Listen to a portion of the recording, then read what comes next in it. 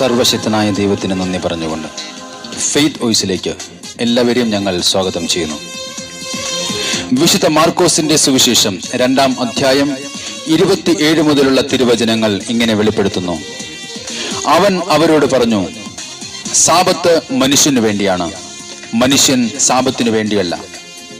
മനുഷ്യപുത്രൻ സാബത്തിന്റെയും കർത്താവാണ്.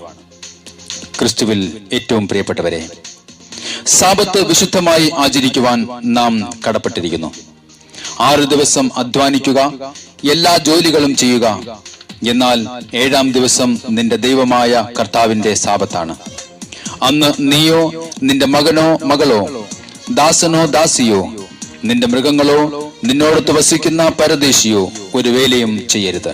എന്തെന്നാൽ കർത്താവ് 6 ദിവസം കൊണ്ട് ആകാശവും ഭൂമിയും സമുദ്രവും അവയിലുള്ള സമസ്തവും സൃഷ്ടിക്കുകയും 7-ാം ദിവസം വിശ്രമിക്കുകയും ചെയ്തു.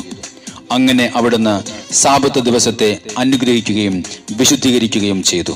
സ്നേഹമുള്ളവരെ, യഥാർത്ഥ ഒരുക്കത്തോടും വിശുദ്ധിയോടും കൂടെ സാബത്ത് ആചരിക്കുമ്പോഴാണ് അത് ദൈവസന്നിധിയിൽ പ്രീതികരമായി തീരുന്നത്. അധ്വാനിക്കുന്ന മനുഷ്യന്റെ ആത്മീയത നഷ്ടപ്പെട്ടു പോകാതിരിക്കുവാൻ കർത്താവ് നൽകിയതാണ് സാബത്ത് ദിവസം. സാബത്ത് ദൈവികമായ നന്മ പ്രാപിക്കേണ്ട ദിവസമാണ്. ലാസറിന്റെ ഭവനത്തിൽ യേശു ചെന്നപ്പോൾ മാർത്ത യേശുവിനെ ശുശ്രൂഷിക്കുന്നതിൽ തിരക്കുള്ളവളായിരുന്നു. എന്നാൽ മറിയം യേശുവിന്റെ പാദത്തിൽ വചനം ശ്രവിച്ചുകൊണ്ടേയിരുന്നു. യേശു പറഞ്ഞു, മാർത്ത മാർത്ത, നീ പലതിനെക്കുറിച്ചും ഉത്കണ്ഠാകുലയും അസ്വസ്ഥതയുമായിരിക്കുന്നു. ഒന്ന് മാത്രമേ ആവശ്യമുള്ളൂ. മറിയം നല്ല ഭാഗം തിരഞ്ഞെടുത്തിരിക്കുന്നു. സ്നേഹമുള്ളവരെ, നല്ല അംശം തിരഞ്ഞെടുക്കുവാൻ ക്രിസ്തു നമ്മെ വിളിക്കുകയാണ്. ചെയ്തുപോയ പാപങ്ങൾ ഒരു കാരണവശാലും ആവർത്തിക്കുകയില്ലെന്നും പാപ സാഹചര്യങ്ങൾ പൂർണ്ണമായും ഉപേക്ഷിക്കാമെന്നും ദൃഢമായി വിശ്വസിച്ചുകൊണ്ട് കർത്താവിന്റെ ദിവസം വിശുദ്ധമായി ആചരിക്കണം. പുറപ്പാടിന്റെ പുസ്തകം 31-ാം അധ്യായം 13 മുതലുള്ള തിരുവചനങ്ങൾ കർത്താവ് പറയുന്നു, നിങ്ങൾ എന്റെ സാബത്ത് സൂക്ഷ്മമായി ആചരിക്കണം. എന്തെന്നാൽ കർത്താവായ ഞാനാണ് നിങ്ങളെ വിശുദ്ധീകരിച്ചതെന്ന് നിങ്ങൾ അറിയാൻ വേണ്ടി ഇത് എനിക്കും നിങ്ങൾക്കും മധ്യേ തലമുറ തോറും അടയാളമായിരിക്കും. യോഹന്നാന്റെ സുവിശേഷം 12-ാം അധ്യായം 35-ാം തിരുവചനം വ്യക്തമാക്കുന്നു, അന്ധകാരം നിങ്ങളെ കീഴടക്കാതിരിക്കുവാൻ പ്രകാശമുള്ളപ്പോൾ നടന്നുകൊള്ളുവിൻ. നമുക്ക് കർത്താവിനോട് പറയാം, കർത്താവേ, ഞങ്ങളുടെ കഴിവോ ഞങ്ങളുടെ ബലമോ അല്ല കർത്താവേ, അങ്ങയുടെ ദയയാണ് ഞങ്ങളെ നടത്തുന്നത്, അങ്ങയുടെ കൃപയാണ് ഞങ്ങളെ നടത്തുന്നത്. സ്നേഹമുള്ളവരെ, നമുക്ക് പ്രാർത്ഥിക്കാം. നമ്മുടെ ജീവിതം ദൈവത്തിൻ്റെ ദാനമാണ്. നിത്യജീവനിലേക്ക് പ്രവേശിക്കുവാനുള്ള വലിയൊരു ഭാഗ്യമാണ് നമുക്ക് ലഭിച്ചിരിക്കുന്നത്. ആ ദൈവത്തോട് നമുക്ക് പ്രാർത്ഥിക്കാം. കർത്താവെ, ഞങ്ങൾ ഇതുവരെ എത്തുവാൻ നീ മാത്രമാണ് കർത്താവെ ഞങ്ങളുടെ ആശ്രയം. ഞങ്ങളെ സഹായിച്ചു.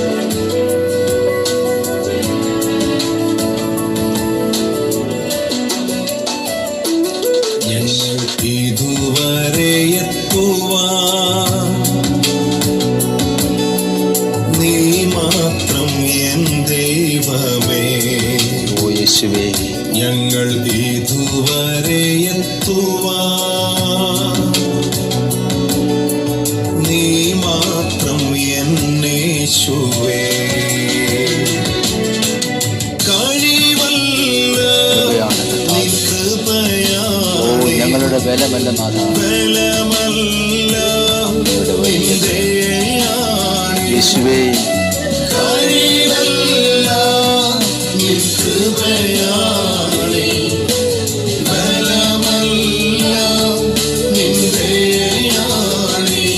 ഞങ്ങൾ ഇതുവരെ എത്തുവാൻ നീ മാത്രം എൻ ദൈവമേ. ഞങ്ങൾ ഇതുവരെ എത്തുവാൻ നീ മാത്രം എന്നേശുവേ.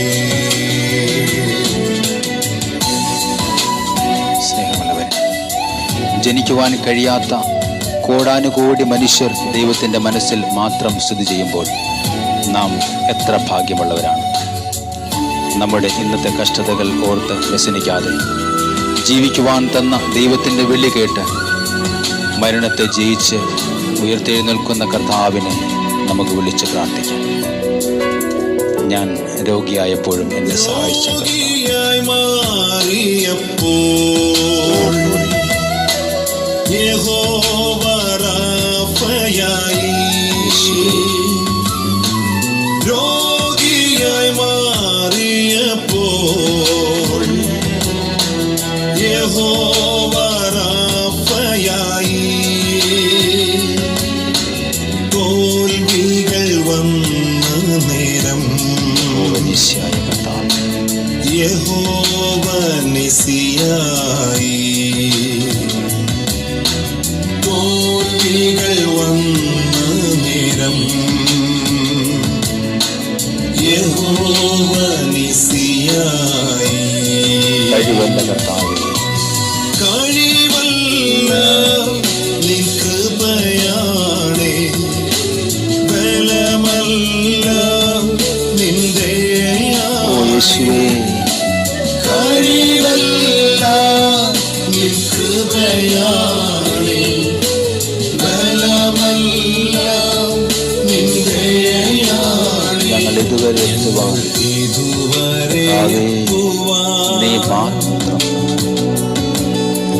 നീ മാത്രം എൻ ദൈവമേ.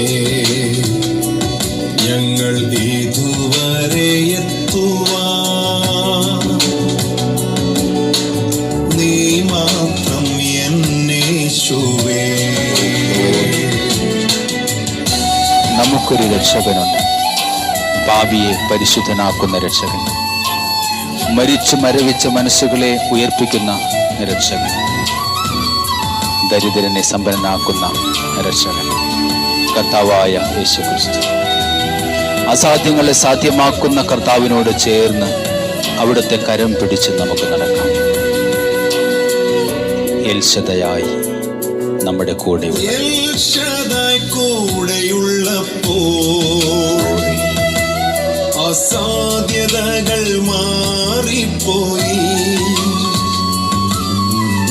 എൽശദായ് കൂടെയുള്ളപ്പോൾ അസാധ്യതകൾ മാറിപ്പോയി. എബനേസർ എൻ ദൈവമേ,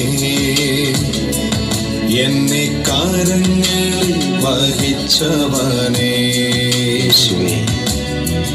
എബനേസർ എൻ ദൈവമേ, എന്നെ കരങ്ങളിൽ വഹിച്ചവനേ. ഞങ്ങളുടെ കഴിവല്ല നിൻ കൃപയാണേ, ബലമല്ല നിന്റെ കഴിവല്ല നിൻ കൃപയാണേ, ബലമല്ല നിന്റെ ഞങ്ങൾ ഇതുവരെ എത്തുവാൻ നീ മാത്രം എൻ ദൈവമേ. ഞങ്ങൾ ഇതുവരെ എത്തുവാൻ നീ മാത്രം എന്നേശുവേ. ദൈവം നമുക്ക് നൽകിയ ദാനങ്ങളെ ഓർത്ത് നമുക്ക് നിത്യവും അവിടുത്തെ സ്തുതിക്കാം. അവിടുന്ന് എത്രയോ വലിയ ശക്തനായ ദൈവമാണ്. അവിടത്തോട് ചേർന്ന് നടക്കുവാൻ നമ്മളെ എപ്പോഴും കാണുന്ന ഒരു നല്ല ദൈവം. ആ ദൈവത്തെ പൂർണ്ണ ഹൃദയത്തോടുകൂടി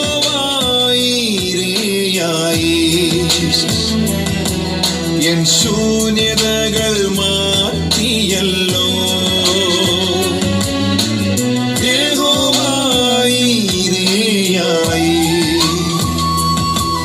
എൻ ശൂന്യതകൾ മാറ്റിയല്ലോ. എപ്പോഴും എന്നെ കാണുന്ന എപ്പോഴും എന്നെ കാണുന്ന എൽരോഹിയൻ സ്നേഹക്കൊടിയേ.